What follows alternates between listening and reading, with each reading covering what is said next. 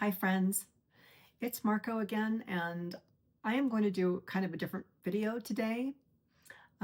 It's a video that I'm actually going to refer to a script throughout because I'm afraid if I don't, I'm going to end up either jumping down a rabbit hole or getting on a soapbox that I will likely just continue to climb.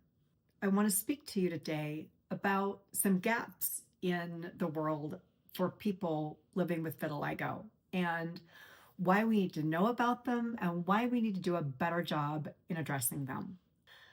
Five nonprofit organizations worldwide focus on vitiligo: education, advocacy, funding for research. 3, at the time of this recording, 3, perhaps when you're watching it, maybe it's upwards of 5. Global pharmaceutical companies actively have vitiligo trials going on to create treatments or better treatments for those of us 140 million people worldwide with this skin condition. And 10%, actually fewer than 10% of medical schools offer any sort of substantial education to their medical students about this skin condition, and only 3% of dermatologists specialize in vitiligo. And finally, and this one really freaking grinds my gears, the amount of money that is spent in the pharmaceutical world to research and ultimately create treatments, let alone a cure for this condition. Vitiligo receives just 1/20th of the funding that similarly prevalent skin conditions do. Well, I am here to say that is BS.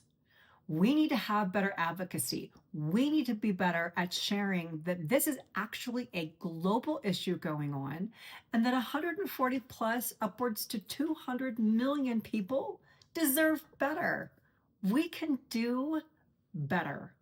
So, whether you have vitiligo or you know somebody who has vitiligo, or maybe this is your first time hearing about vitiligo, which, for those of you who do not know, is a skin condition where our melanocytes, which are the cells that produce the pigment or melanin in our skin, attack each other and they die, creating significant white patches on our skin. It's what Michael Jackson had. If you are not familiar with the condition of perhaps Michael Jackson.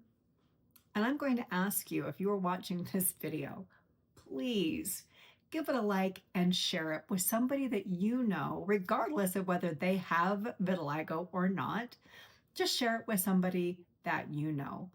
We need to be able to get more information and education out about this, because what that's going to do is create better advocacy and then better opportunities for more research, more funding for that research, for ultimately better treatments, and perhaps one day a cure. And do not forget, while you may not have vitiligo, vitiligo can affect anyone, any age, any sex, any race, any part of the world. It is an equal opportunity destroyer. And it is an absolutely devastating life condition for those of us managing this journey. So again, thank you for listening, and please share.